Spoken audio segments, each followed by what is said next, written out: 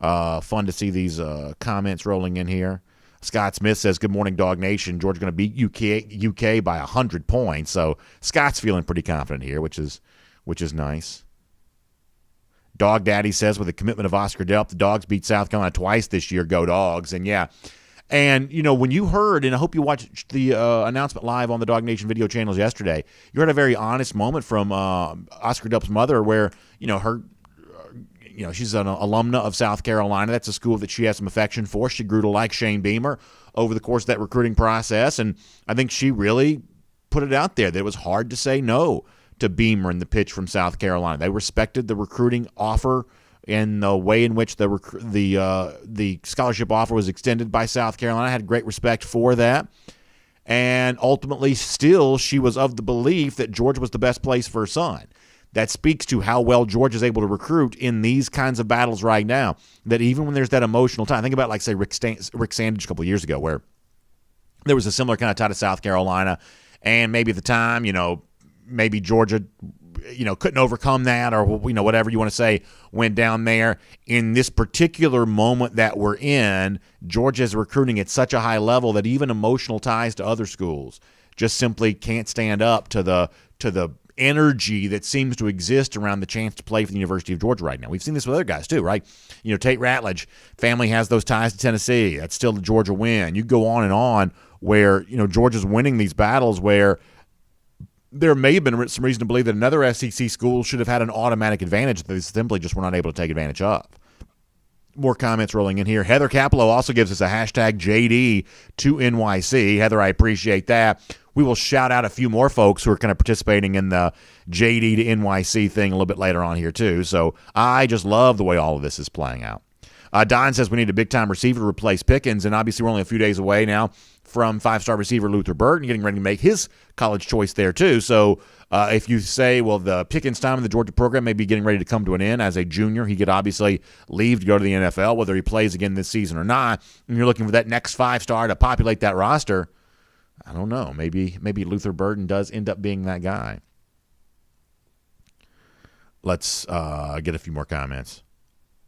Scott Harris said, never seen so many, quote, minor injuries cost so much time. And, yeah, I mean, football is just a really hard sport, right, where, little small things, whether it be foot injuries that affect your stability, muscle injuries, which affect your ability to, in JT Daniels' case, that muscle impacts your ability to deliver the football the way that you want to, or in, I guess, the right-handed quarterback's case, it would be more like this.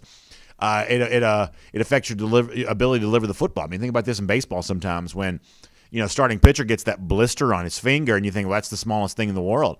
But if you can't grip the baseball the way that you need to get the rotation and the spin rate that you want, then you're not as effective as a pitcher anymore. That's a little tiny injury. It's the kind of thing that most of us would laugh off, but most of us aren't asked to grip a baseball as tight as we can and get that thing to spin coming out of our hands, which obviously every, part of your physical presence goes into being able to do that. And so, that's part of that there.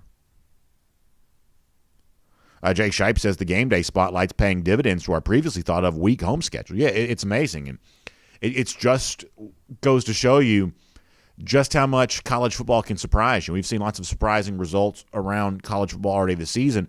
And for Georgia, the results themselves haven't been all that surprising. Most of us thought Georgia would be winning a lot of games, and the program is. But the fact that Arkansas rose up and made that game feel like a big game a couple of weeks ago. Kentucky is 6-0, giving this game some real credentials. You have to give a little bit of credit to the side here for the presence of College Game Day. And most of us didn't think we'd see Game Day at all in Athens and didn't think the national spotlight would shine much between the hedges here this year. Georgia playing unheralded opponents for the most part, it appeared, before the season began. Yet, lo and behold, 2 consecutive home games, twice in 3 weeks. The third time for this season alone, game day is on hand for the Georgia Bulldogs. It speaks to college football's just potential to always amaze us, but also speaks a bit to the fact that in a year in which there's so much chaos, so many big teams have already lost, and so much about college ball is unpredictable, Georgia's just kind of rolling on steady as she goes right now, and I think the program should get a lot of credit for that. Chad McIvory checks in with a hashtag JD2NYC. Appreciate that. Brian Jones says, give us a tip on what your score is for this weekend. So I like Georgia, and when the official picks will come out Friday as part of Go With The Flow presented by R.S. Andrews, but I don't mind telling you that the 23.5 point spread that was at least in place when we made our picks officially, that's a little too much for me. Now, I'm not expecting, much in the way of I'm not expecting much, from Kentucky on Saturday at all. But I could see the game going in the direction of like a 24-3 or something along those lines, where Georgia wins easily, but the game goes under the expected point total and within that 23.5 point spread. And why that is, I'll talk a little bit more about that, at least a consideration that I think you ought to have about going into the game on Saturday. I'll talk more about that coming up. We've also now joined Facebook, YouTube, Twitter, and Twitch, so we'll get the regular show here rocking and rolling here too. For those of you popping on with us, Terrence Edwards comes by a little bit later on. I told you before, I've got one concern to express about Georgia this Saturday against Kentucky. I'll do that before the show is over with. We will take a look at a very revealing comment from Oscar Delp about why it was that he chose UGA, and I think Dog fans will like this. I think it shows some evolution for the program. We discussed this a bit on yesterday's show too. Big-time praise for the Georgia defense. I'll have some thoughts on that here coming up in just a bit. Brian Jones says the networks are paying attention to the TV ratings for the Dogs. And it's one of the things that, look, maybe it matters, maybe it doesn't, but you can't help but notice that Georgia really does seem to accompany big TV ratings for the most part. Now, some of the SEC games have not done as well this year in comparison to the Big Ten games. Big Ten games just have big alumni bases. A lot of the SEC states from a population standpoint are pretty small. A lot of the Big Ten states by comparison are larger. So sometimes you get, a little bit more of a TV presence, like the Fox Big Noon Saturday beat the Georgia-Arkansas game in the ratings the other day. And I think for the most part, the Fox Big Noon Saturday kind of wins that noon spot because it's a broadcast network. There's a lot that goes into that. But Georgia had the record-setting ratings for the game day, has already eclipsed big time multi-million viewer threshold in a lot of early season games there as well. You look at the most watched games of the season at the end of almost every season. Georgia shows up pretty high on that list too. Georgia is a big college football program closely connected to a major metropolitan media market, and all that works pretty well to the tune of pretty big ratings for the games themselves, and thankfully for some of the media entities that cover that team as well, ours included. All right, so fun show. More of your comments later on as part of our R.S. Andrews cool down at the end of the thing. But for now, Georgia defense earning big-time praise. Some stats to back it up, although somewhat confusing. We'll try to figure that out here in a moment. More folks getting on the JD to NYC train as we try to push Jordan Davis towards New York City as a Heisman finalist. That's fun. Oscar Delp talk. That's fun. A little bit of concern for Georgia, not as fun, I'll admit, but it feels like you got to at least say it out loud to maybe take some of the power out of it. So we'll talk about the one concern I have going into Saturday's game before we're done. Terrence Edwards, everything else in between. It's all on the way next. DawgNation Daily, the daily podcast for Georgia Bulldogs fans, presented by Merriweather and Tharp, begins right now. Today's episode of DawgNation Daily is brought to you by Merriweather and Tharp, your source for Georgia divorce. Find them online at theatlantadivorceteam.com. Presented by DawgNation.com. This is DawgNation Daily, the daily podcast for Georgia Bulldogs fans. Here's your host, Brandon Adams. I begin today's show with a bargain. Now, when I say bargain, I don't mean deal, although I guess in one way it kind of is. This is not the kind of thing that you buy on a discount. I'm talking about an agreement with you that I'm willing to try to make here. Here's my bargain for you. I'm going to talk for a few minutes about something, and there is going to be a portion of the audience that is tempted to respond, more rat poison for UGA, more rat poison for the defense in particular. Some people, that's just kind of their reaction to some of that kind of stuff right now.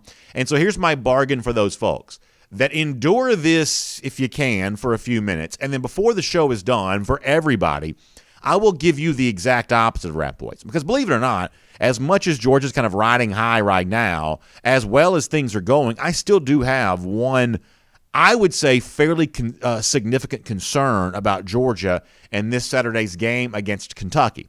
I'll tell you about that before the show is done. It's the opposite of rat poison for those of you that feel like you need that. But to start with, something that could be described by some as rat poison, it is more praise for the Georgia defense. Now, admittedly here, I'm not smart enough to totally understand all of this, and I'm going to talk about it anyway because I think it's important to do so, but I'm not quite smart enough to to necessarily explain exactly what all this means, but I'm going to do my best. There is an analytics website called 538. Analytics is simply just a word for like fancy stats, big-time mathematical stuff.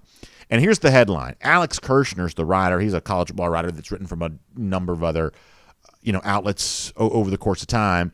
But here's the headline at 538 about the Georgia defense. It says, Georgia's defense isn't just good. It might be best ever good. So in the piece here at 538.com, which is like, Nate Silver, he's always on TV talking politics, things like that. This is the site that he started. So there's a lot of like math-oriented people that work there. And Kirshner says, and he's going to use some stats to back this up, that the Georgia's defense might be, in 2021, the best ever defense in college football. And what Kirshner says is the high water comparison here is Alabama in 2011. And over the course of this piece, Kirshner goes through to make a case for why Georgia in 2021 is on pace to surpass what Alabama produced in 2011 from a defensive standpoint. There's one quote that kind of stood out to me more than anything else as a way of kind of providing a synopsis of the entire thing. Let me show you this quote from Alex Kirshner here, 538.com, who says that repeatedly and across different metrics, the picture is clear. 21 Bama has been the gold standard for college football defense, and 2021 Georgia is threatening that standing to an unprecedented extent. Once again, Alex Kirshner, 538.com, saying that the Georgia defense might be the greatest of all time. Now, I want to read you a couple of different things here. One of these is about like the statistical stuff that he uses, and try not to gloss over your eyes on this too much because I think we'll get to something kind of interesting. And then something else, a little bit more direct point about Kirby Smart in comparison to that 2011 Alabama program that he was also the defensive coordinator for. So Kirshner says the number one ranked Dogs have given up 33 points in 6 games, all wins. Nobody scored more than 13 on Georgia, and 2 have scored nothing at all. Georgia's defense has given up 2 touchdowns, the same amount as it scored. It's also added to safety. Think about that for a moment. Right now, the Georgia defense actually scored more points than it's allowed, at least from a touchdown and safety standpoint. Pretty remarkable. He says the Bulldogs' 5.5 points allowed per game would be the fewest of the century, ahead of 2011 Alabama at 8.15. Now, he also says this will be the last sentence I read from the section. Lest anyone think it's strictly a result of an early season schedule, Georgia's points allowed per game actually drops to 5.2 against Power 5 teams only, compared with 7.8 points per game for Alabama. Now, the big fancy stat that in 538's always got to have some sort of like crazy analytics thing that, sort of normal folks sometimes have a hard time understanding. But here's the big fancy stat that he uses, and I think this tells an interesting story. There is a stat in college football called expected points allowed, right? It's like, it's basically given the position you are on the field and given the performance that you're providing, what is the likelihood that where you are, the play that you're producing, what's the likelihood it's going to produce points, right? And so Georgia's EPA allowed per play is a minus 0.35. Who knows what that means? But it would put them better than Alabama in 2011. The point is, you read all this, the statistical stuff, it sounds like Georgia statistically is on its way to potentially being better than 2011 Alabama was. But let me give you one more thing here that I think is a little bit easier to understand and maybe a little bit more important in all of this. This is where you kind of get some away from some of the stats. Just look at the production on the field. 21 Georgia compared to 2011 Alabama, which Kirshner says is the previous high water mark for college football defense. He writes that the most important area in which Smart has copied Saban is recruiting. Alabama was a singular recruiting force for most of Saban's tenure, signing up the country's number one class every year from 2011 to 2017, according to the 24/7 Sports Composite Team ranking. He says the Tide are still mega elite, and in 2021 they signed the highest rated class in the history of recruiting rankings. However, over the past half decade, the Dogs have joined the Tide in the highest tier of player acquisition. Now, it's that word copied that I think is pretty interesting. Kirshner saying that Georgia has copied Alabama's recruiting success. Isn't it true that what Georgia really did is simply stole Alabama's recruiting success? Because we talked about this on SEC Country Live yesterday, and as predicted, a lot of Alabama fans don't like to hear this. And Matt Hayes wrote about this at Saturday Down South the other day, that what you see happening when Alabama's giving up a bunch of points to Zach Calzada and Texas A&M and a bunch of rushing yards to a Florida team that up to that point had not really had a reputation for running against anybody, what you see is the elite talent that used to populate the Alabama defense. All of a sudden, a lot of that, think about 5-star this and 5-star that, all these guys that are on the Georgia defense right now, Those are guys that maybe would have been Alabama in years past, but they are at Georgia because the guy who used to be at Alabama, Kirby Smart, he is also at Georgia as well. And I don't think there's anything wrong with Georgia flexing about that just a bit. That Alabama in the post-Kirby Smart era has found defensive success a lot harder to come by. And yes, they have covered all of that up by being the most dominant offensive program that we've seen in recent years. Certainly there's no disputing that. But boy, there's no free lunch in life, right? Everything comes with a trade-off. And the trade-off for Alabama, as they've scored points and produced wide receivers and produced quarterbacks, is the physicality that good teams used to be known for. That Alabama, in the greatest years for Saban prior to the last few, the physicality that Alabama used to be known for, it's kind of gone away. It's kind of disappeared, right? It's not there the way that it once was. And Georgia is putting that on display. And listen, there's no doubt there is still a responsibility for Georgia to finish this season, a season that could still include 9 more games. There's no doubt that Georgia's got a responsibility to finish this season the way that it started. But it's also not inappropriate for us as a show, for the collection of Dog Nation, those who care about UGA football and follow it closely. It's not inappropriate for us to notice what's happening right now. That Kirby Smart, the once great recruiter for Alabama, the once tireless worker who helped Alabama get all those 5-star guys, now he's doing that work for his alma mater. And suddenly there's a transformation taking place at Georgia that suddenly makes, as an anonymous coach told Matt Hayes on Saturday Down South of the Way, makes it more possible for Kirby Smart to finally beat Nick Saban, maybe this December, maybe it happens in January, or maybe it happens both, December and January, but to finally beat Nick Saban using the style that Nick Saban once made famous. And boy, don't you know that'd sting for Saban if that was true. Saban's been walking around talking about how much the sport has changed. You can't, you do it with defense anymore. Right now, Georgia's doing it pretty well. Maybe it's actually Alabama that can't do it with defense anymore because the guy that helped them collect all that elite talent and the guy who helped deploy that elite talent in such a high way to the tune of a 2011 defense that's described as the best ever. Maybe the reason why you can't do it with defense anymore is because the guy that helped you do that's now working against you there at Georgia. And yes, up until now, Kirby Smart has not been able to topple his old boss, Nick Saban, in Alabama. That's certainly true. No one can dispute that. But it's also been, as he had simultaneous to that, as Smart has been building up the Georgia program, creating it in his image, the way that he kind of wants it to be. And boy, you got to imagine that for Smart, who's had very strong opinions, very strong ideas about what college football is supposed to be, you got to imagine what he sees on the field right now in 2021 for Georgia, potentially even the greatest defense of all time. You got to imagine this is working out pretty closely to the way that Smart would have initially had it all planned. Now, this is also a reason with all of this why we have been saying we're mostly having fun with this. This is just kind of the stuff that we do for fun. But this is also why we've been making such a push now for a while that there ought to be some recognition at the end of the season for how good Georgia's defense is right now. That in a year in which really no offense has stepped up and dominated as of yet, no quarterback has really taken the reins of this season the way that maybe a Trevor Lawrence once would have, or a Joe Burrow once would have, or maybe even a Mac Jones once would have. That the most important storyline of the first half of the regular season, which kind of officially concluded this past Saturday, and I guess for Georgia will unofficially conclude this Saturday as it gets ready to go into a bye week, that the most important storyline of this first half of the regular season has been the performance of the Georgia defense. We said, if that's going to be true, there ought to be some sort of acknowledgement for that. Even though the Heisman Trophy is going to become a quarterback's award and certainly an offensive player's award, in a time like this, at least getting a Georgia guy to New York City as a representation for everything that Georgia's doing defensively just seems to be more appropriate to do. And so we started the hashtag up. How about hashtag JD to NYC? We picked Jordan Davis in particular because there's already a little bit of steam out there for Davis in regards to all of this. He seems to be the perfect picture of the team-first attitude that Georgia has defensively. You can make a case other Georgia players have better statistics and therefore maybe even more important. You could at least make the argument for that. It would be a reasonable one. But Davis has a symbolic value to Georgia. His willingness to forego his own stats to help others collect them, his words, which are always so carefully chosen, his decision to come back to Georgia this year, propelling UGA to an even different level defensively than otherwise would have been. There's just a symbolic value to what Davis provides for UGA. So we said, hey, to the extent that we have any influence whatsoever, let's have some fun with this. Let's see if we can get Georgia fans behind this. Hashtag JD to NYC. And I got to tell you, The train has left the station. People are having a great time with this. We ran through a bunch of these yesterday. Let me run through another crop today of people who are really out there pushing that JD to NYC, because here's what's going to happen. The more Georgia fans notice this, the more national media is going to take note of what Georgia fans themselves are also talking about. And watch this over the course of the next couple of weeks. Watch how this emerges, where it's been kind of a fringe topic of a few analysts here and there.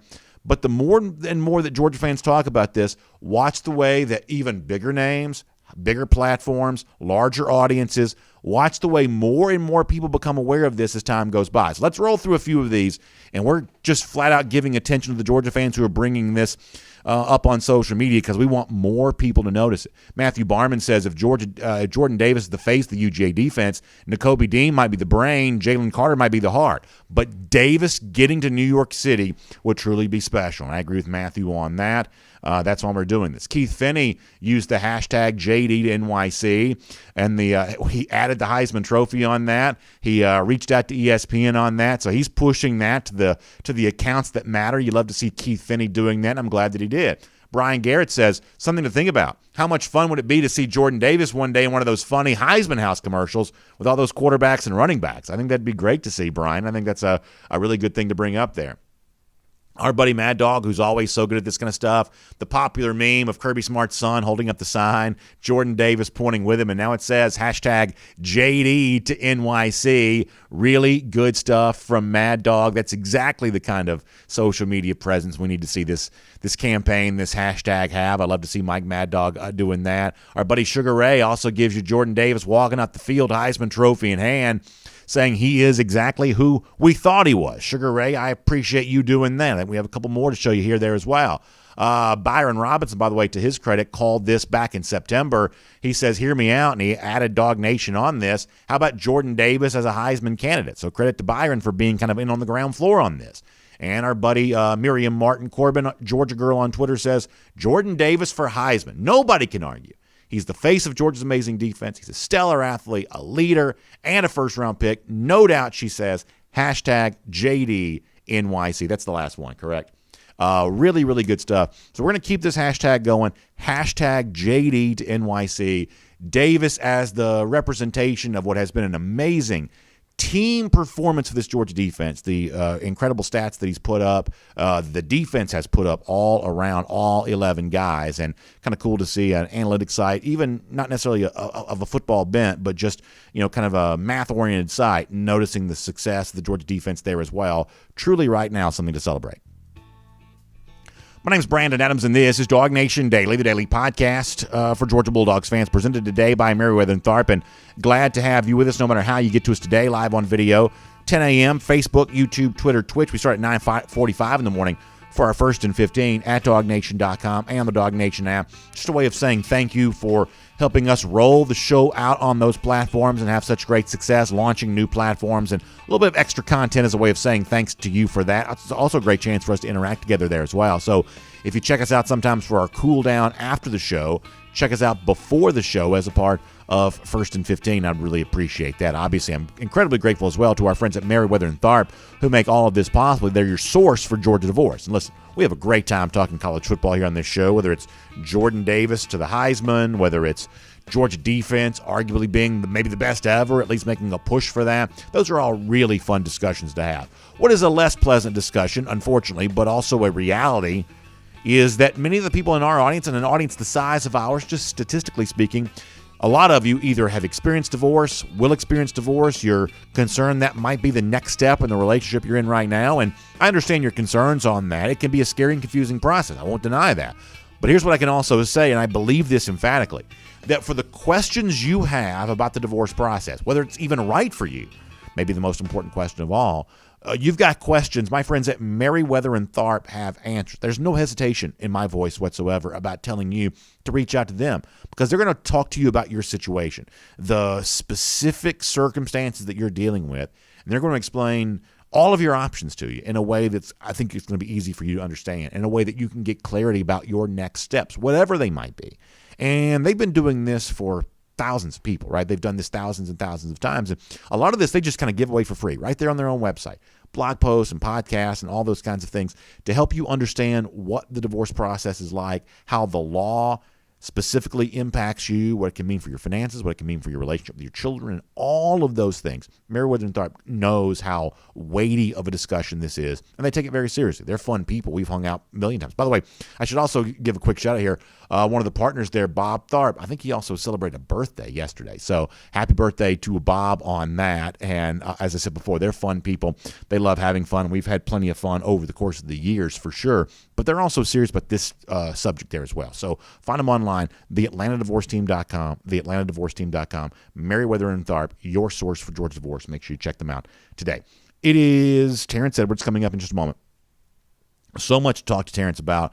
We'll get his thoughts on the game against Kentucky. I'll get some thoughts from him on what he's seen from Oscar Delp, the UGA commit from yesterday. Also, big breakout performances from the Georgia wide receivers. We'll talk to Terrence about that coming up a little bit too. Before that, though, let me give you my own thoughts on Delp here for a moment as we go around the doghouse. Presented today by our friends at ServPro. And, we talked on yesterday's show that Georgia's pitch to Delp and the way in which Georgia recruited Oscar Delp, because I think most of us felt pretty good that Georgia was in a pretty good spot with Delp going into that announcement yesterday, that most of us, when you looked in on that, I think you were forced to notice that Georgia as a program is just in a different kind of position they would have been in the past, where we said that if you had elite offensive talent you're going after, you had to maybe say to them, hey, once we have you, we're going to use you. And the reason why we're not kind of doing these things offensively right now is because we don't have a player as good as you to be able to use. Well, that's not really the case at Georgia anymore. If you're Oscar Delp, you can see the way in which a freshman tight end Darnell Washington was used in 2020, especially the second half of the season. You can see the way in which Brock Bowers has been used thus far this season. All of a sudden, you don't have to use your imagination. Anybody who's ever been like a home remodel or something like that will tell you the people notoriously have pretty bad imaginations. You walk into a fixer-upper type home and you talk about all the things that can be done. Even if you watch 1,000 hours of HGTV, most people just can't really imagine how a home could be different. All they see is the structure that's currently in place. And I think sometimes recruits might be the same way, that it's just sort of hard to imagine how you'll be used in an offense that's not currently using someone like you in that same way. And you want to eliminate that as an objection. You want to eliminate that as a restriction on recruiting. You want to be able to demonstrate how good players can be used by using the good players that you have. And that is really what Georgia has been doing thus far this season, which makes the recruitment of Delp, I believe, for UGA much easier. In fact, Delp yesterday, in talking to Jeff Sintel about why he chose Georgia, mentioned Bowers by name, and mentioning that track record of recent success with tight ends specifically is one of the reasons why he chose UGA. And if you're a Georgia fan who wants to see that recruiting pipeline stay open with more big recruiting wins, guys like Delp saying things like this on the day that he picks the Dogs, I think it all sounds really good to your ears. Here's Oscar Delp from yesterday. It really just came down to where I'm going to get developed the most and have the best opportunity to make a name for myself and really kind of get the ball. And I think that Georgia has developed offensive line, developed defense, and every week in practice I'm really going to be getting reps against the best players in the country, and I think it's really going to make me a better player in the long run. And I love what they're doing with Bowers so far this year, and how they're going to use us together in the future, I think is really going to be a cool thing. How many times we've heard Kirby Smart's comments about this? Hey, we want great tight ends. We want to put them on the field together. He said that last year. He talked about that a lot this season. Todd Monken's shown a willingness to do this. Georgia played 3 tight ends together a decent amount against Auburn on Saturday. Bowers sees all that. I should say Delp sees all that. He sees the success that Brock Bowers is having, and he says, that can be me. Delp expects it to be him, expects to have that same kind of success. Todd Hartley, the Georgia tight ends coach right now, is really on a pretty unprecedented run in terms of attracting that great tight end talent to UGA, and the results on the field no doubt make that a lot easier. Yesterday was a day for Georgia fans to celebrate. A very good prospect was added to the 2022 class, and in the way in which the Monken offense is working right now, it becomes easy to imagine that Delp made a good choice, and that when he steps on that college field starting next season, he's in a program that definitely knows how to utilize his skill and his talent. That is Around the Doghouse. It's presented today by our friends at ServPro. And listen, as a homeowner, one of the worst things that you can deal with is any kind of damage, right? And for a homeowner, oftentimes this is caused by fire. It's caused by water intrusion. And listen, that can be awful, right? You look at your home and you think it'll never be the same way again. And that's not just a financial situation, right? That's also that's an emotional thing there as well. When you see the place that you've called home that makes you feel comfortable and safe and secure, when you see it destroyed, when you see it messed up, that's not a great thing to deal with. We understand all that. But that's where my friends at ServPro step in there as well, because they are restoration specialists. What that means is for any kind of damage your home may have experienced, as I said, commonly fire, water, things along those lines, ServPro and its restoration specialists can step in and fix your home, repair your home, get it back the way it used to be. They can make it be literally like it never happened, like it was brand new, the way that it was when you found it. That is exactly what ServPro has been doing for folks for such a long time. Their franchises are all independently owned and operated as well, which means you really get the best of both worlds, right? You get what ServPro has been providing for so many people for so many years, but also that locally family-oriented service that ServPro is famous for there as well. So if you've dealt with this around your home, if you're dealing with that right now, my invitation to you is check out my friends at ServPro. Easy to find online. It's servpro.com. That's SERV, servpro.com. You can find them today and check them out. Let their restoration specialists go to work for you on the damage to your home and put it back together like it literally never happened. Check out ServPro today. All right, I told you, before we are done on today's program, there is one concern I have for Georgia against Kentucky. I'll lay it out and let you decide for yourself if it's a concern for you there as well. We will do that before we're done. But for now, more on Delp, the game against the Wildcats on Saturday, the breakout performances from Georgia's young wide receivers. So much to celebrate and talk about there. Let's do it with a great voice. It is Terrence Edwards, the former Georgia wide receiver, joining us here on DawgNation Daily right now.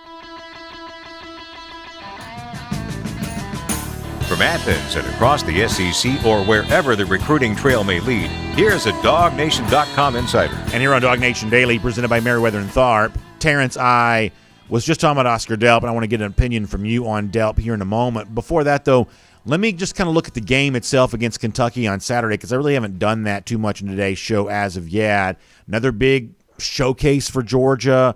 It's, CBS 3:30. It's ESPN Game Day on hand once again. Kentucky's undefeated. What are your expectations for this game this Saturday? What have you seen from the Wildcats, if anything?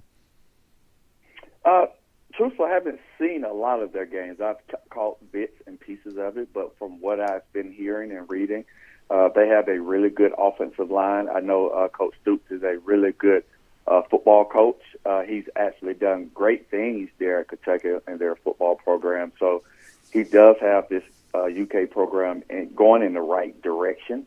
And I expect it to be a really good game. Do I expect Georgia to win? Yes. Do I think Kentucky is talented as Georgia? No. But when you have guys that really buy into your head coach and to your positional coaches, they go and play above their head. So they're playing very, very well. And I expect a very good football game, but I just think Georgia is just the more talented team and will come out with a win. I think one of the things that's interesting to me about Kentucky right now is it's a little bit of a program in transition in that, as you said before, they've been known for good offensive lines for kind of a long time. They kind of go into that southern Ohio, Cincinnati area, and they recruit a lot of guys there. Lexington's fairly close to that part of the world, and that's a place that produces offensive linemen. So they've had kind of a pipeline for offensive line recruits for a while, plus Mark Stoops is just kind of a physically minded football coach, so that works out pretty well. They've got a good running back in Chris Rodriguez. It seems like Kentucky a lot of times will have pretty good running backs. But they also want to be more than that. They've brought in a new offensive coordinator who's trying to run kind of one of these very fashionable offenses, and Will Levis, a quarterback, is I think an upgrade of what they've had at that position. But it's one of those things that's kind of a work in progress. It's almost like a structure that's currently being built. It's not fully filled out yet. They're kind of stuck between the ground and pound style they used to be and maybe the more up-tempo, high-powered passing attack that they're striving to be, and they're kind of in between that right now. That, I think, is one of the interesting things about Kentucky is they've made some plays through the air this year, more than we're typically used to seeing them make, but certainly not consistent in that regard just yet. I think you're right. I think they have that. The running back is from Georgia, if I'm not believing. He's a really big kid that's a ground and pound guy that can actually move the pile just with his physicality. But they also have a playmaker on the side. I can't remember the young man's name. He went to Nebraska originally, then transferred to Kentucky. I think he's number one, and he's very dynamic with the ball. So they try to get the ball in his hands in space in all type of ways. I mean, against the Florida game, and he took a couple screens and got big plays off of it. So they have some playmakers on offensive side. Defense has always had a guy that could rush the passer. I think the last few years they had two guys that went in the first round that was defensive linebackers, outside pass rush, edge guys. So, like you said, I think that Lexington, Kentucky area is known for their offensive line, and Coach Stoops is a hard-nosed football coach. So he brings that mentality to this team. Just the difference in, the Georgia and the Kentucky is we're too deep. I just think they're one deep and just not as talented enough or as deep enough just yet. But I think Coach Stoops have done a great job with building this program to where they're at today. So I want to ask you about Oscar Delp. Georgia got him yesterday. It was really nice to hear Delp say, hey, when I see how Brock Bowers is currently being used in this Georgia offense, it becomes easy for me to imagine how I could be used as well. That's the kind of thing, Terrence, I think Georgia fans have been wanting to hear for a long time.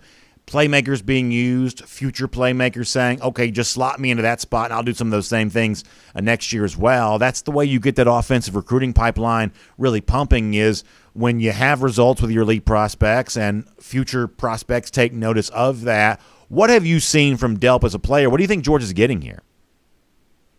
He's getting another big wide receiver that's in a tight end's body. I've had the opportunity to work with Oscar a few times, and he's just in a tight end's body, but his mindset, his mind frame is of a wide receiver. He will get in and block and get dirty, but if you watch how West Forsyth use him, he's on the outside a lot. And I think that's what Brock did after I evaluated his film. And that's what Oscar. So they're in the same mold. Oscar probably not as fast as Brock, but he is a guy that is going to be another weapon that Coach Monken can use in the tight end room. And if you look at the tight end room for next year, man, you're going to have Oscar, Brock, and Darnell. I don't know if any team can say they had that type of talent at one position, at the tight end position. In Georgia history, I can't think of anyone else in the SEC since I've been paying attention to. That room would definitely be a positional of strength. And it's kind of fascinating to me because when you think about Todd Hartley, the tight ends coach, Terrence, I sort of think of the tight end coaching job as being, from a recruiting standpoint, one of the most difficult because you're signing a lot fewer tight ends than you're going to sign receivers, defensive backs, positions like that. So you may only get one scholarship allotted to your position group for one class, and that means you got to decide, okay, am I going to go after the biggest and best name? And that's typically what Hartley has done, and he's won so many of these battles, whereas – if South Carolina makes an effective push for Delp, if they win that, then all of a sudden now you're kind of behind the eight ball with any other tight end you want to go out there and recruit. But Hartley over and over again has chosen to set his sights high. He has seemingly developed great bonds and great relationships with these guys. If you're making a list right now of the Georgia assistants who've done the best in recruiting, Georgia doesn't sign as many tight ends, no program does, as it does at some of the other positions. But, boy, when it comes to a batting average of signing elite prospects, Hartley, man, he's doing it as well as anybody, it seems like. Oh, most definitely. If you ever met Coach Hartley, you can understand why. He's a young, energetic, fun guy, and he's a great coach. So if you've ever been to Georgia and watched his positional group and watch him coach, he's a fiery guy that you would run through a wall for, and he can relate to the kids. That's why he's getting all the guys that he wants and getting the top guys. He's a great access to the program, and I think he's going to continue to get the guys he wants, especially if Coach Monken and the Bulldogs continue to put the tight ends in position to succeed. I mean, you look at it, what other tight end can take a jet sweep to the house? I mean, they find ways to get their playmakers the ball, and that is a sign of a great coach. Or you find ways to get your guys the ball in position to succeed. You see a lot more practice than I have. At least you've seen a lot more practice. You go to full practice, you see the whole thing. I've seen bits and pieces of practice here and there. But when I have seen these practices, Terrence, you mentioned the kind of the attitude that Hartley brings to the table. He's always one of the most energetic, one of the most noticeable assistant coaches. And the practices that I've seen, I mean, he's as loud as vocal as anybody. There's always going to be multiple styles amongst Georgia coaches. You know, I would think of Del McGee as a little bit more laid back on the practice field. Sam Pittman was always a lot more laid back when I saw him as Georgia's offensive line coach. There are a few guys, though, who are on much the other end of the spectrum. They're not laid back at all. They're very aggressive. They're very loud. They're bouncing around all over the place. And Hartley, for me, was always way on the other side of one of the guys that you step on the practice field for 2 seconds, you're just going to notice him right away because he was going to be bouncing around and yelling and getting guys fired up. That's just kind of what his, at least to my eyes, that's what his on-practice field demeanor has been.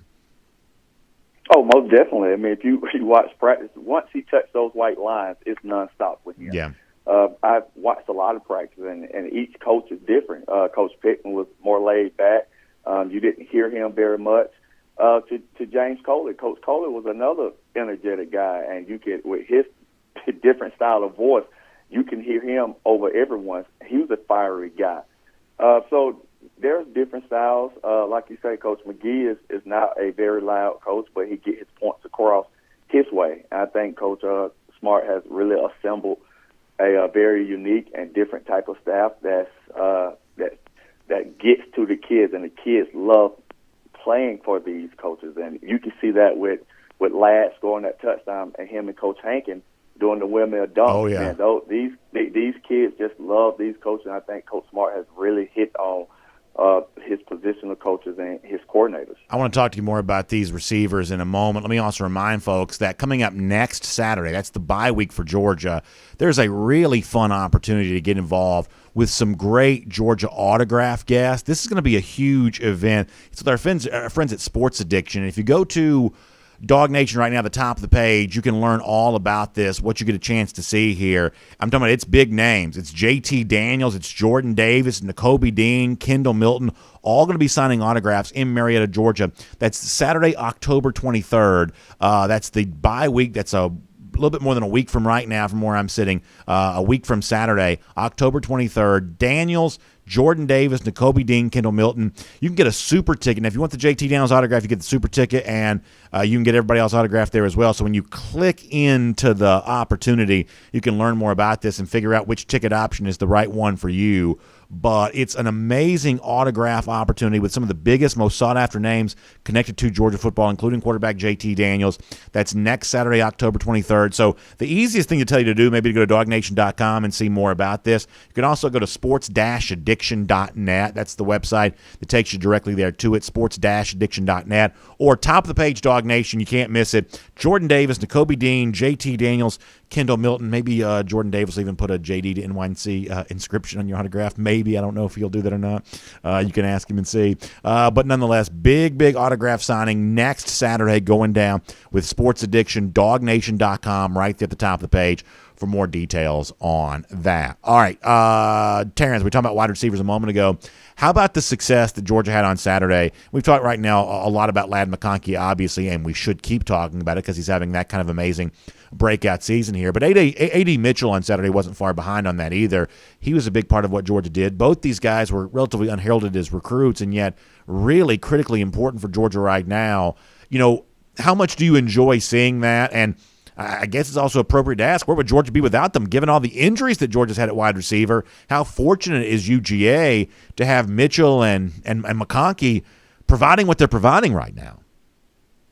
You just think about it. You think about two guys that would be backups if everyone was healthy, and they're going out displaying their talent that everyone can see. That's how deep that room is. You got Ladd, and everyone knows me, I've been trying to tell people about Ladd for a while, and once I went to practice, I saw A.D. Mitchell. I've been telling people about him as well. So this is not a surprise to me what they're doing.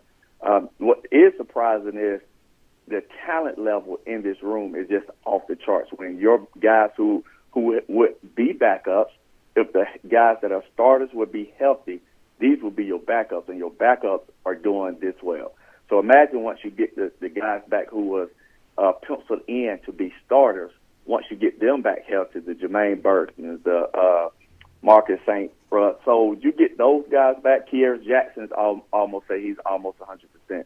Now you got a full stable of wide receivers that now you just can't game plan for one. I mean, I text Ladd the other day. So I FaceTimed him after the game. I just told him, thank you for making me look good, because I'm going to continue to praise you and talk about you, and you're going out proving exactly what I said about you. You're showing the world now what you could do. And just imagine when you have a full stable of guys that can help you win and can move the chains and score touchdowns for anyone on the field. Coach Mike is going to have a stable of guys to get the ball to, and as a coordinator, that should be fun.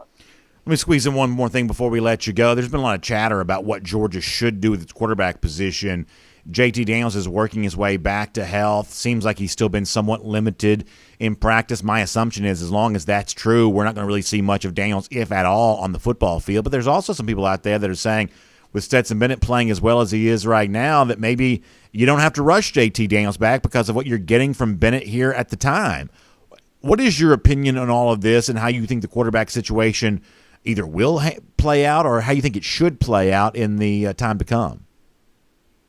Well, that's why Kirby makes what he makes, because he's going to actually have a hard decision on his hands. I think JT Daniels is the better passer. I think Stetson's a guy that can move around with his legs, as we've seen.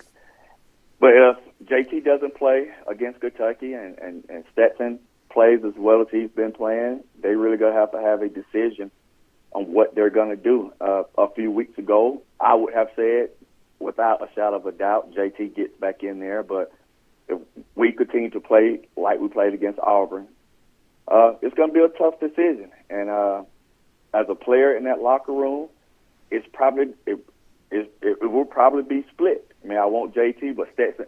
So Coach Kirby, Coach Smart's really going to have to really do a good job of smoothing this over and playing the best guy, whoever that best guy is, who he feels gives us the best chance, he's going to have to go with that. And the team will see and notice and think who's that best guy. So it's going to be a tough decision. But if JT can't play, he's still not healthy enough, I say roll with the Stats until he get 100% healthy and make a decision then. No, I think that's really well said, Terrence. I appreciate your time, and I appreciate you being here today. And I want to remind folks that you've said before you did some work with Oscar Delp. You've done some great stuff with Ladd McConkey and a lot of the other players that we were watching on TV on Saturdays. You've had an impact on their career, and a lot of guys who are doing big things on Friday nights right now, you've done that as well. So I want to invite folks who want to catch the football better, who want to be better receivers, better tight ends, better whatever. I want to remind them to reach out to you at your Wide Receiver Academy. How can they get in touch with you and be a part of what you're doing? You can find me on all social media at Terrence Edwards Wide Receiver Academy. And just for the record, my Twitter was hacked last weekend, so if you didn't see me tweet, that was why, but I got it back a couple of days ago. So I got to ask about this because I don't mean to keep you long, Terrence, because I know we've taken a lot of your time. I got to ask about this. I did see that. How did you get it? How did you get it back? Because to me, it seemed like it happened all overnight, and by the morning it was kind of back. Because I saw that thing got took over by whatever, and after a few hours, you kind of had it back. How did you get it back after it got hacked? So it was a few days. I just reported it to Twitter, and they actually got it back within a few days, and I was upset because I couldn't tweet during the games, and with Ladd doing what he was doing, I couldn't praise him at that time. So I was lost, as these kids say, because I was just so excited for Georgia football to go down to Auburn, which I consider in my mind is one of the biggest rivals between Florida and Georgia Tech. To me personally, Auburn is that one for me. So I was excited to see our guys play the way they play, and I couldn't tweet about it. But, yes, I did get hacked, and I got it back after a few days and still working the kinks out right now. Well, listen, I'm just glad you got it back because we got to have your voice on those game days, Terrence. We got to be able to hear from you on that. Right. Well, I do have it back, so anyone can tweet me at Terrence Edwards Wide Receiver Academy. All right, Terrence, great stuff. We'll look forward to talking to you soon. Thank you. Let's take a look around the rest of the league. This is SEC Through. Yeah, like that hacking on Twitter is a real thing, man. That's happening more and more. It seems like a lot of players have gotten caught up in that, right? You kind of noticed that. Sometimes I think it would be a couple of elected officials that have kind of run into this too. So some of that stuff is tough, man. You got to be careful out there these days. It seems like. Anyway, good stuff from Terrence Edwards. He used a word that I think is really important. And the word he used was split. He said, you got to be careful about when it comes to a quarterback situation, you don't create a split. Some players want this quarterback, some players want that quarterback. It's one of the reasons why a lot of folks are down on Lincoln Riley right now because of how he's handling his situation, the secrecy that he's trying to conjure up when it comes to not letting Caleb Williams be interviewed on I guess it was the ESPN broadcast last week after their win against Texas, and the degree to which he's trying to keep the inner workings of practice this week a secret. I won't get into like the media back and forth on that. I'll leave that to the big J's. But when it comes to when it comes to like Riley's own role in this, I do kind of understand why you want to be careful with this one. That's the motivation you have as a coach because of the word that Terrence just used. The notion that there's a split. Some receivers maybe want to catch the ball from this guy. Other guys think they're getting the ball better from this guy, or defensive guys have an opinion on all this, or who's practicing the best, who's out there, whatever. Whatever intangible thing kind of shows up on all of this. As Terrence said, that's why coaches get paid the big bucks. Now, I don't think that Georgia is likely heading for anything all that controversial involving Daniels and Bennett, thankfully. I think the Caleb Williams, Spencer Rattler thing may turn out to be a lot more controversial in Norman, Oklahoma for a ton of other reasons. But you do understand that this is not fantasy football. This is not pick the 11 best, most talented players and go out there and just start, wrecking the league with those guys. That you do have to give consideration to how human beings interact with each other. And college football is really hard. The thing that you have to do in practice is just such a great challenge. The physical toll it takes on your body is such a great challenge, and that physical toll turns into an emotional, spiritual, mental toll there as well. So how guys interact with each other does matter, and when you think about quarterback stuff, you're making a decision about a lot more than just who's playing the best or has the potential to play the best. You have to think about how the other 84 guys on scholarship interact with that guy that you choose to be your starting quarterback. Interesting stuff from Terrence Edwards on that. Let me also say this. Let's go cruise around the SEC here, courtesy of our friends at Royal Caribbean. And one of the things that makes me so happy right now is the idea that Royal Caribbean is back on the waters again, ships sailing all across the Caribbean and everywhere else. And if you haven't made your plans yet to get back on a ship or maybe go on a cruise for the very first time, now is the time to do it. And my recommendation to you is this, because of the feedback that I'm getting all the time. There is really no better thing for your first cruise than to take advantage of Perfect Day CocoCay. Because what's cool is it's a part of so many different Royal Caribbean sailings, but it's also a big part of a lot of the shorter sailings there as well. Think about like Mariner of the Seas. Mariner of the Seas is a beautiful ship that sails out of Port Canaveral right there, just a short drive from where I am here in Atlanta, and a lot of their 3 and 4 night sailings on on the beautiful Mariner of the Seas takes you to Perfect Day CocoCay. That's a part of the itinerary there, and you can experience all the things that Perfect Day CocoCay has to offer for you, whether it be the 450-foot helium balloon, tallest water slide in North America. You've got the largest freshwater pool in the Bahamas, those floating cabanas. And Mariner of the Seas, one of the ships that gets you there, is recently amplified there as well. So it's nicer, better, cooler than ever before. Some great onboard amenities there for you there too. So if you haven't taken the cruise vacation before, I would recommend try one of those 3 or 4 night sailings. Go out of Port Canaveral. Go on Mariner of the Seas. Be a part of Perfect Day CocoCay and experience what so many others have experienced and why so many others, after they do their first one, are looking to go back again and again and again. And if obviously you're doing this for the very first time, it's important to have experts helping you with all this. That's why I want you to check out my friends at the Cruise and Vacation Authority. A couple of Dog alumni run it. They are also experts in the cruise world, including getting you on the best Royal Caribbean ship for you. So you can find out more about the Cruise and Vacation Authority and get some special DawgNation offers there as well. Go to tcava.com. That's tcava.com. Or give them a call, 770-952-8300. That's 770-952-8300. All right, a couple of other stories for SEC through here real quick. I saw where Jimbo Fisher was talking about the possibility of a trap game at Missouri on Saturday. I think the problem here is Missouri's probably not good enough to make it a trap game for Texas A&M. But that A&M Missouri game is a little bit like what a lot of other SEC games feel like this weekend, where you got to be really careful getting too confident about one side or the other and either pick. I think that A&M is probably not going to have the letdown against Missouri. We'll make our official picks on this tomorrow, both as a part of our Bet US Best Bets, but also go with the flow presented by R.S. Andrews on video Friday afternoon. But to give you an early lean and where I'm thinking about on A&M, I just don't think Missouri's good enough right now to really threaten here. I don't think Missouri's good enough right now to take advantage of what might be a typically flat spot for A&M. A&M is good at running the football. Missouri can't stop the run. I think all that sets up pretty well for the Aggies right there. But obviously, Alabama-Mississippi State's a little bit more of a swing game. It seems easy to think that Alabama just shakes off the loss and gets right back on the horse against Mississippi State. Be careful there, though. Be careful that an Alabama team that's been a little bit difficult to predict this year, and kind of on and on you go about that. I also want to mention this. So yesterday we talked about a little bit of an eye-opening, and we did some of this on SEC Country Live too. We talked about a little bit of an eye-opening injury situation for LSU. Another big name now out for the season. And I told you on the show that when you hear about Elias Ricks, a player that at one point in time was rumored to be going into the transfer portal, now announcing that he's going to be out for the season with what's been described as a lingering injury, and that his family thought the surgery was the right thing for him to do, I'm not going to lie to you.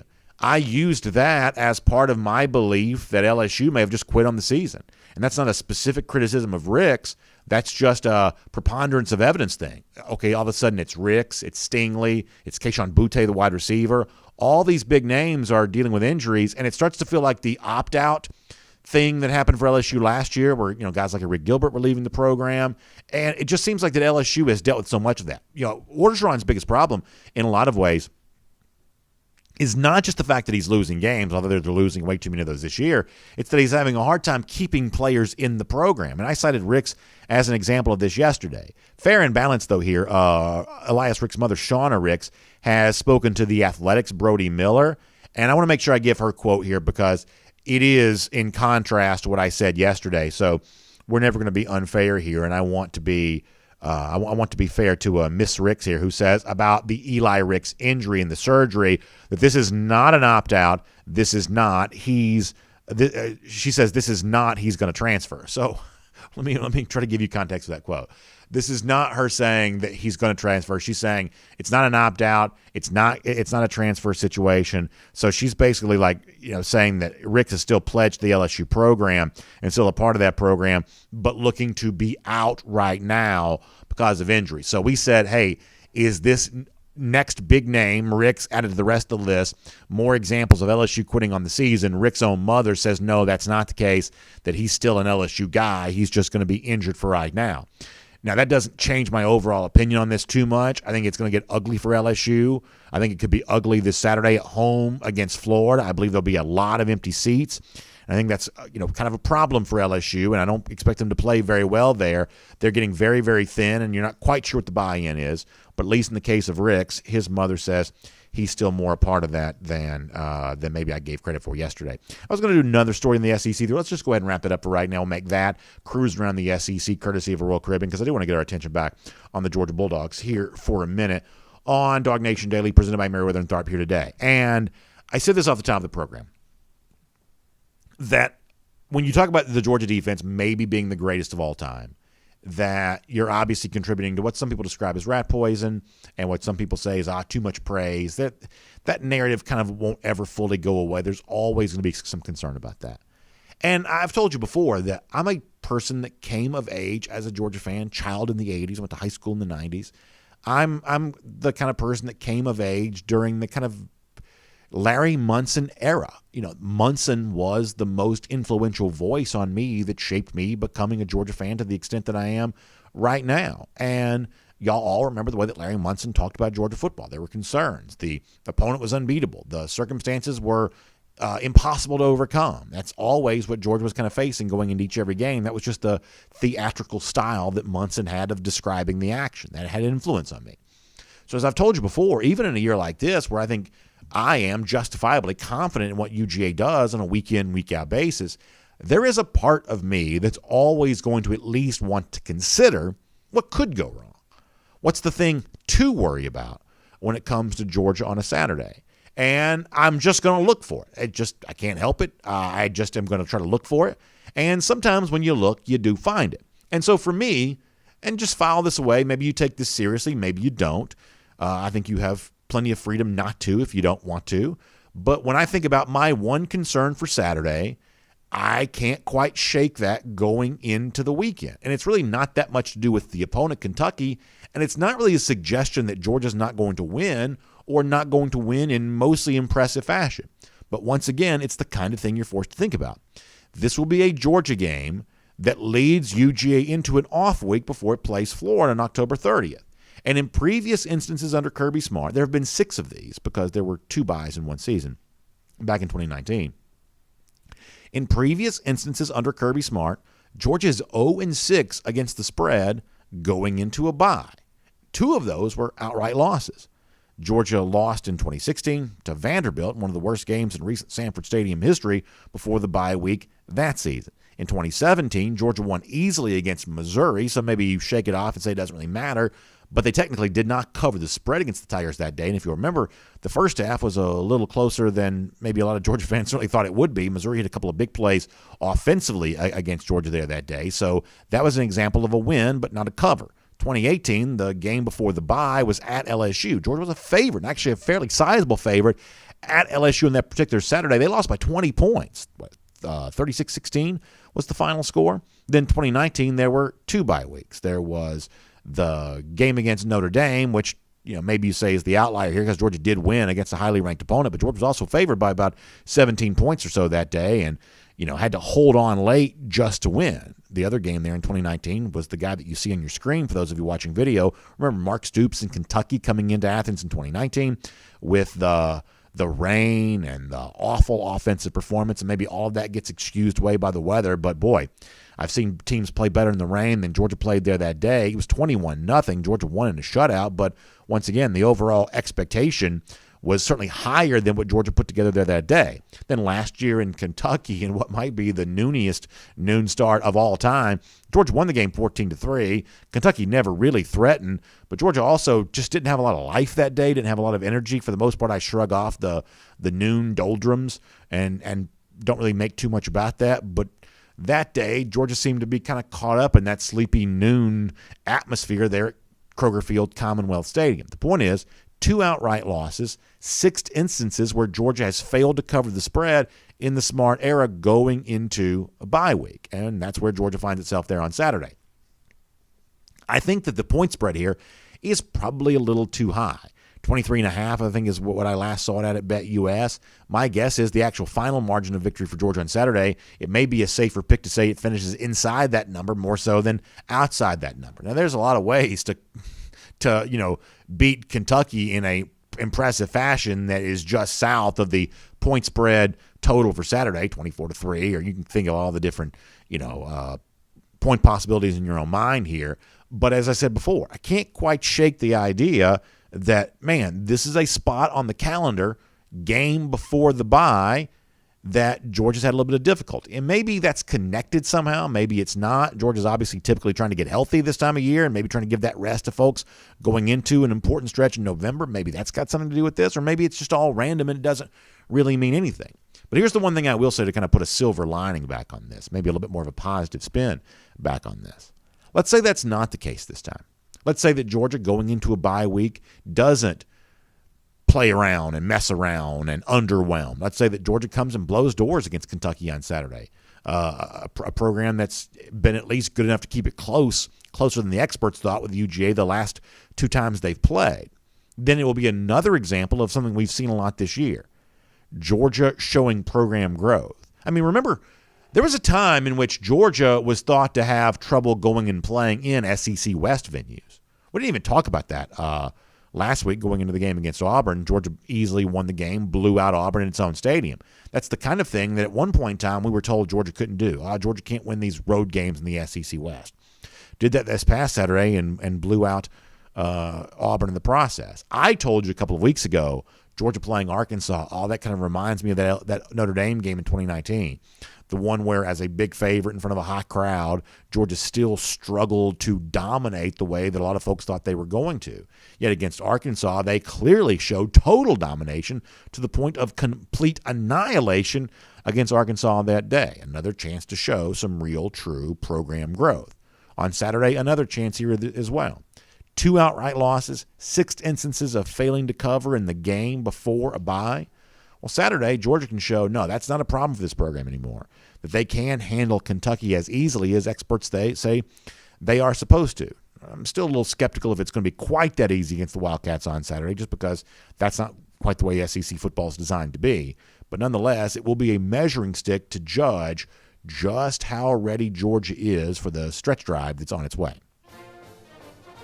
As I wrap up here, let me also remind you about my friends at Marco's Pizza. Of course, football weekend gets going tonight. Pro football will be on high school football tomorrow. Then, of course, Saturdays and Sundays, full on all of that. And you can be full as well, full with some delicious pizza from Marco's Pizza. Think about the golden brown crust, the old world toppings, the 3 cheeses melted together. Think about the great savings there as well, including a bundle of a large one-topping pizza, a pizza bowl, and cheesy bread, just $21.99. Marco's app, marcos.com for more on that. It also goes great with Halloween as well, for those Halloween parties that you're having. And speaking of that, how about a Halloween-themed golden shoe here today as well? Somebody shared this with me. Jeff Prescott says that this house wins the internet and the college football playoff. So for those of you that are listening podcasts, it's all the gravestones of the teams that Georgia will play, the teams that it's already beaten, their logos.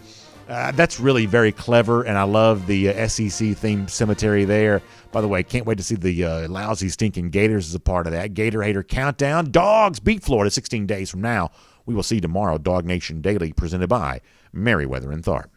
And on video, time now for the R.S. Andrews Cool Down. Good to have you here.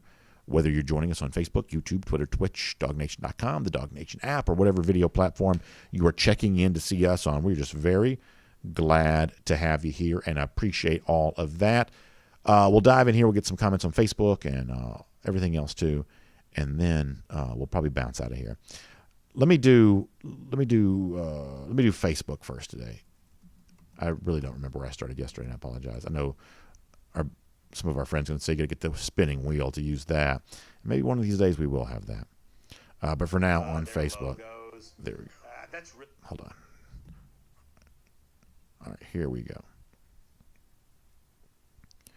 Denathan Henderson says, what do you think about bringing Terrence Edwards in on Dog Walk and post-game insight? So we obviously did that a year ago, and we love having Terrence Edwards as a part of all of that. Our technology is a little bit different now for reasons I won't bore you with. It's hard for us to connect through the way we used to connect with Terrence.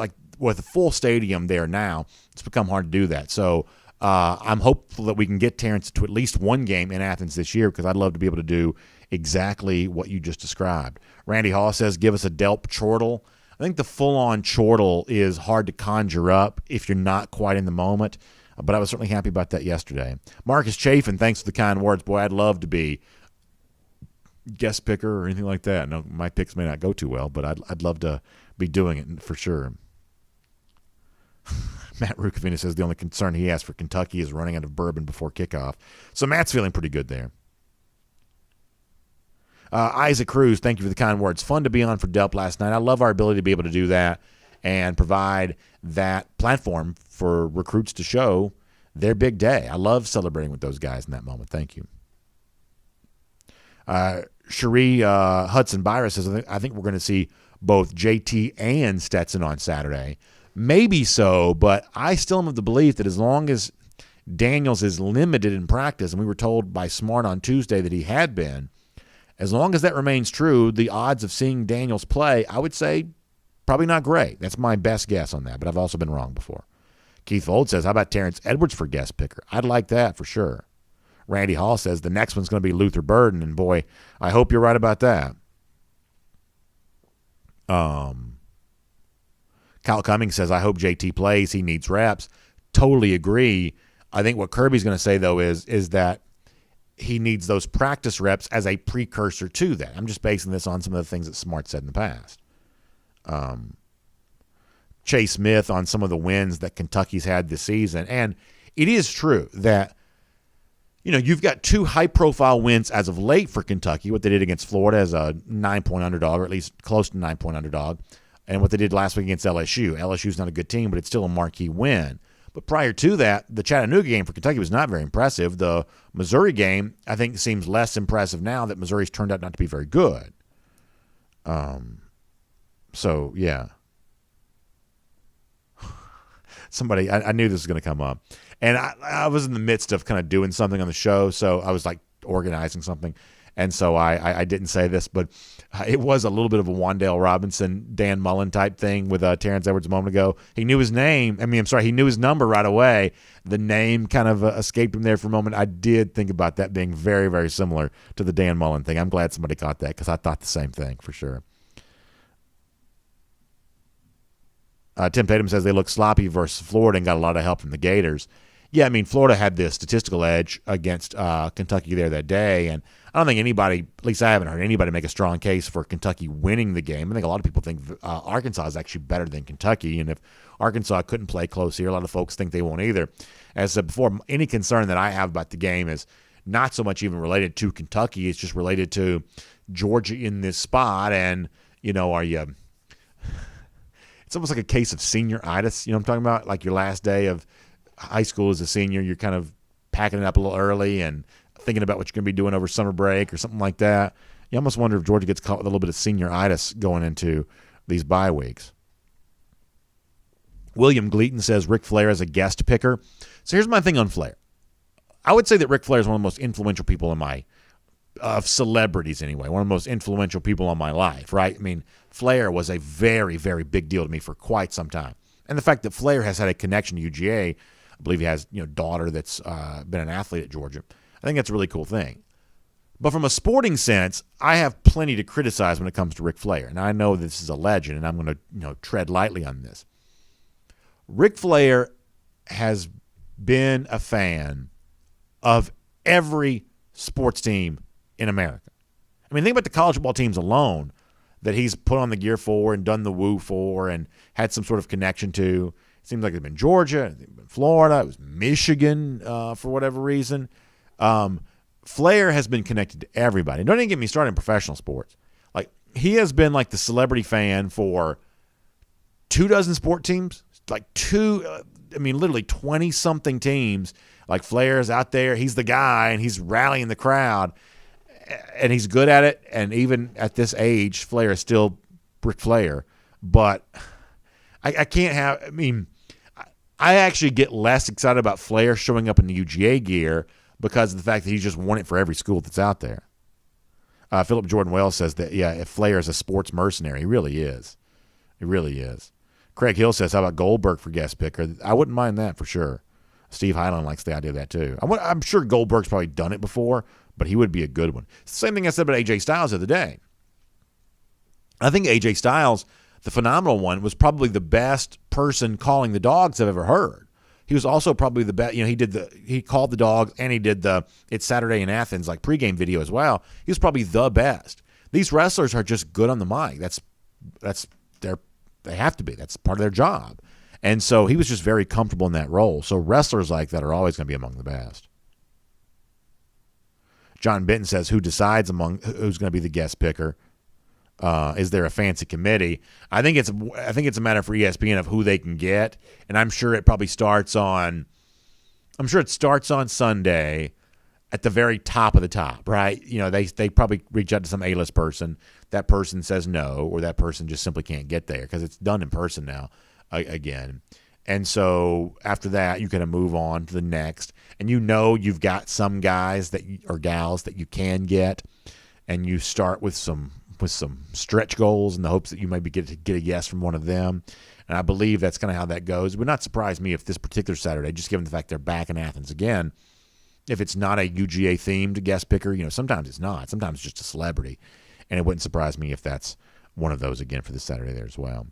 John Stinchcomb, Isaac Cruz suggests Stinch will be a good one there too. Let's go to YouTube for a moment. And on YouTube, Michael Porter says about Quavo. Yeah, Quavo would be a good one, but he's probably done it before, right? I mean, he's almost certainly done it, right? Jay Shipes. Fishing with Tiny Bass says we need a bunch of JD to NYC posters on College Game Day and SC. Oh, that's a really good idea. Could we get JD to NYC on Game Day or SEC Nation? Michael Carville, our producer, likes that. Boy, that'd be really good. That'd be really good. If y'all could do that, I'd be happy forever. I would be happy forever. DMart42 says, I've got questions about Hankton's on-field production. But if he lands Burton, that man can recruit. Yeah, I mean, I don't know, like, what more you want from Hankton right now, though. I mean, he's making stars out of Ladd McConkey and A.D. Mitchell. These are guys that were not heralded recruits at all, and gosh, they played on Saturday like, top-level SEC wide receivers, and McConkey's been, and they really both been playing like that for most of the season there as well. I got no beef with Cortez Hankton right now. Bobby Mean says, I have a feeling it could get really ugly for Ed Orgeron, and I predict a 5-sack day with 3 turnovers for Georgia's defense and a 48-0 shutout. Boy, that'd be certainly interesting for UGA and not inconceivable. And the Orgeron thing, yeah, I do think it's going to get pretty ugly there. I think the quit factor is pretty high on LSU. This is the kind of team that I could see not winning again the rest of the season, or maybe only beating, I think they played Louisiana Monroe, something like that. I could see them only winning that game and losing the rest of the games. Jay Shipes thinks Kojo Antwi's coming back home, which would be interesting to see. Christie says, how about Herschel Walker as guest picker? My guess is, and listen, we're not talking politics here one way or another, but my guess is as long as Walker's hat is in the political ring, my guess is he will not be a part of the ESPN show. That's my guess on that. Jonathan Aaron mentions Jason Aldean. Aldean's got a new album coming out, right? So that's a reasonable name you could mention there. Matt Presley asks a very fair question, something we don't talk about a ton. He says, what are your concerns on Hotpot's performance this year? Concern of the drop-off from last year? I think the kicking is just really erratic. And, when Rodrigo was at Georgia and he was, like, killing it all the time, we got criticized sometimes for not talking enough about his success, and maybe we're also guilty of not talking enough about, Podlesny's misses, and he had another one on Saturday. But my expectation is that kicker's going to make some kicks and kicker's going to miss some kicks, and that a great kicker can become an average kicker, and an average kicker might one day make a great kick. It's just from week to week very hard to know what you're going to get. And I think I'm not trying to be snarky, and I'm not trying to be flippant about the topic because it obviously does matter. Georgia may be in a position at the end of the game where they need to make a kick. And will Podlesny make it or miss it? I literally don't know. And if you took Podlesny out and put somebody else in, would that person be more likely to make it or miss it? I literally don't know.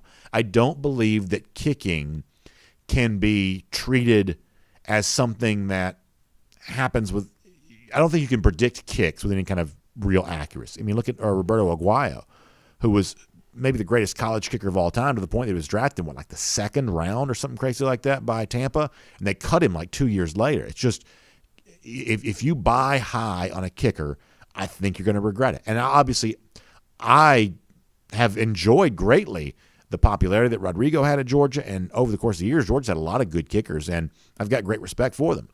But in this day and age we're in now, I just don't trust any level of consistency when it comes to that. I think that if you assume that you're going to have the league average kicker, the national average kicker, and you may be pleasantly surprised to find out that you don't. I mean, Alabama's the perfect example of this. For years and years and years, they were struggling to find even an average kicker. But simultaneous to that, they were also still winning plenty. So it's a very fair topic. And obviously, given the results of this season, there's a very good chance that with the game on the line, Podlesny might miss. But I think you can also cite examples of kickers who seem to be automatic, but when the game on the line also, would occasionally miss too.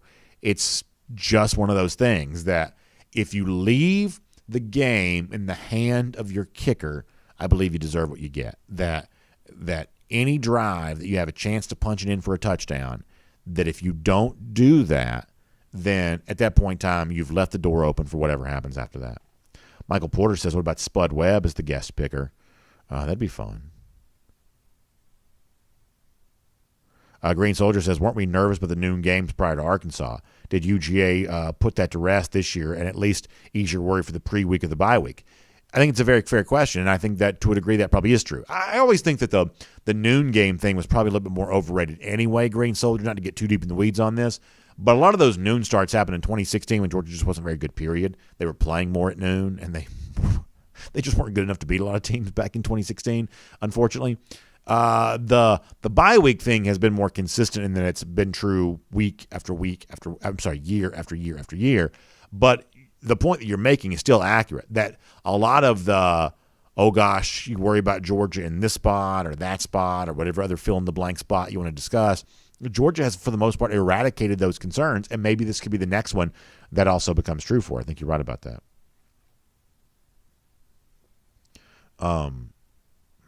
DMart42 says Dominique Wilkins. How come he doesn't ever do guest picking? That'd be a fun one there as well, and kind of an easy drive for Nick. Beer Cans and Baddies mentions Quincy Carter, and I think a lot of us have been very happy over the course of the last couple of years to see some of the recent posts from Carter, who's got so much in his life to celebrate right now. That makes me very happy to see. Christy wants to be the guest picker, and I'm sure she would be a very good one. Daniel Calvino says, what about Hines Ward? That'd be a fun one there, too. Frank Patterson says, what about Chris Tucker, the Atlanta-based actor? He'd be a funny one. I wonder how much of a football fan he is. Texas Dog says, what about Tyler Perry? Tyler Perry's another one, Atlanta-based celebrity, obviously, one of the most famous people in the world. I wonder how big of a football fan Perry is. He may be a huge fan. I'm not quite so sure. Joshua Scott says Chipper Jones. Listen, I love Chipper from a Braves standpoint, but you got to remember Chipper's also a Florida fan too now. So if you bring Chipper over there, even though we're feeling pretty good about the Braves going to the National League Championship Series, you're letting a Gator have your TV platform. You got to be careful with that. Will Clay wants Tyler Perry dressed as Medea, or is it Medea? Is that how you say it? Medea?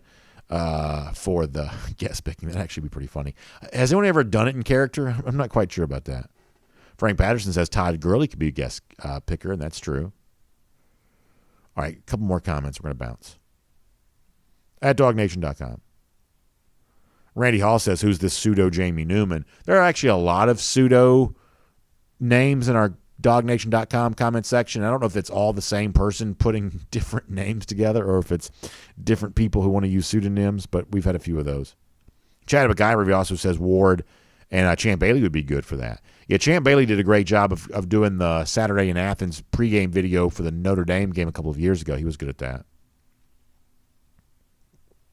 Big Dog Brock feeling good about the game on Saturday. Mike Hughes says after the Clemson game, you said there were 4 things that Georgia needed to do on the offensive side of the ball. The first 3 were small steps, the fourth being exponential growth. How do you think we've done with that?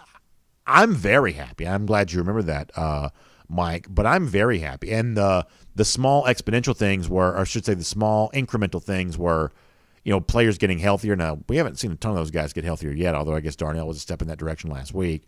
But young players get better. McConkey's certainly doing that. Mitchell's certainly doing that. And then we talked about the one big move was just creating an offensive system that works. I think that Todd Monken's impact on this Georgia program, I don't think it can be overstated. Georgia's not the best offense in the country right now, but Georgia is, I believe, to use the word that I used before and that the commenter used right there, Georgia's exponentially better offensively than it once was. Georgia was struggling to score 30 points per game in 2019. That's even with a soft non-conference schedule that include 50-plus points against Georgia Tech and Murray State and Arkansas State. Even with that, Georgia was barely scoring 30 points per game in 2019. Georgia scored nearly 40 points per game right now, even though they've had a kind of an offensive clunker against Clemson. Even apart from that, they're still knocking on the door of that kind of 40-point number right now. That's the success that Georgia is enjoying. And who knows if it lasts. Obviously, you're going to have to do that in the big games there too. And, we'll see if that does, take place. But through the first half of the regular season, yeah, I'm pretty happy with all of that for sure. Randy Hall says about our high school game for this week. We've got a really good one coming up on Friday night. Walton and North Cobb. And clearly, and we'll talk more to Jeff Sentell about this tomorrow, but North Cobb is the kind of team that Georgia fans need to be very much paying attention to because in addition to a whole bunch of elite college prospects all across the board, a very good 2023 quarterback that's really fun to watch right now. 2 UGA commits there as well. Marcus Groves Killebrew on the defensive side of the ball, play a little bit of offense, but on the defensive side of the ball, and Denylon Morissette, the wide receiver commit. Morissette had been injured at the beginning of the season. A lot of you know this, but he's come back healthy now, and he's come back in a big way. North Cobb's probably got 3 different high-level college prospects at receiver, big high-level junior quarterback, multiple SEC-level defensive guys. This is one of the most talented teams that you're going to see in the state. The race in 7A, which includes them, and even without Travis Hunter for right now, Collins Hill's still really, really good. But the Hunter injury, I would say, really opens the door more for North Cobb to eventually maybe claim a state championship, something I know that program's really hungry to be able to do. Region game, though, on Friday night standing in their way. Walton's really good, too. You got two different quarterbacks going to play there. One guy's an App State commit. You got a really good, call him a running back. He's going to catch the ball for him a little bit, too. Sutton Smith is a big name to know. You got a lot of talented guys there in this on both sides of the ball. Walton's also just kind of a prestige program in the Atlanta area. So Walton and North Cobb on Friday is going to be a really good game. Really excited about that. Brandon Griffin says, other coaches throw their freshman quarterbacks into the fire and to sink or swim. Look at Oklahoma last week. Why are we so resistant to do it? I think the simple answer is because Georgia doesn't have Caleb Williams. If Georgia had Caleb Williams, he'd probably playing for Georgia right now. It's just a different level of prospect. Caleb Williams may be, the best quarterback prospect coming out of high school in the last, however many years, couple 3 years or whatever. And the fact that he's about to supplant what's his name, Spencer Rattler, gives you an indication that as good as Rattler had been, Rattler's probably not better than Caleb Williams. This has been the worst kept secret in college football now for a while, that Williams would eventually overtake that job. As I said during the regular show, you've got to be careful how you handle this because quarterbacks have a tendency to divide locker rooms and things like that. And so in the case of Lincoln Riley, he was trying to be careful how he handled the situation with Rattler, but it was obvious that the guy that was backing up Rattler was the better prospect. Williams is one of just the best. I mean, I think there's some people in the industry that'll tell you he's the best they've seen. And so, not all freshman quarterbacks are created the same way. Caleb Williams is just a different kind of prospect there in that regard.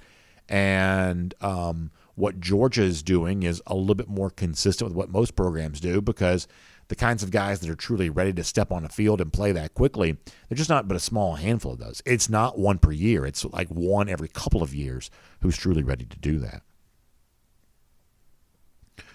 Richard Dees asked a good question. He says, when is DawgNation going to have an event in Athens? I cannot tell you about this for sure as of yet, but I'm going to get clearance to do so here very soon. We do have, I think, it's going to be one of the most fun events that we've done in a while, and it's going to be in Athens, and it's not going to be on a game day.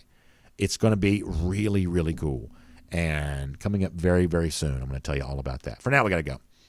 Thanks for being here as part of our R.S. Andrews Cool Down today. Make sure you check out R.S. Andrews online for your air conditioning, heating, plumbing, electric needs. They will show up on time. They'll do the work that's promised for the price that's promised. Also, make sure you check out my friends at the Atlanta Journal-Constitution online, ajc.com. And there's obviously getting into NLCS coming up on Saturday for the Braves. Still trying to figure out who that opponent's going to be between Dodgers and Giants. You can get more on that. And also a look at, Terrence was saying this before, Chris Rodriguez, Kentucky running back, is actually from Georgia, grew up in McDonough, Riverdale area. More on his story, ajc.com there as well. And as we get closer to Halloween, 16 things you can do in the metro Atlanta area to enjoy the Halloween season. That online, ajc.com as well, with our friends at the Atlanta Journal and Constitution. So make sure you check them out there today. I'll see you tomorrow. We'll have Jeff Sintel talking recruiting, a little bit more on the UGA guys we're going to see on TV, Peachtree TV on Friday night. So all of that will be really, really good on tomorrow's show. Also, I think we're going to do something kind of interesting on Stetson Bennett tomorrow. I'm still trying to figure all this out, kind of plan it all out. But I think we may do something interesting on Bennett tomorrow. So that'll be good as well. Hope you have a great day. DawgNation Daily, presented by Meriwether and Tharp. R.S. Andrews Cool Down. We'll talk to you tomorrow, everybody.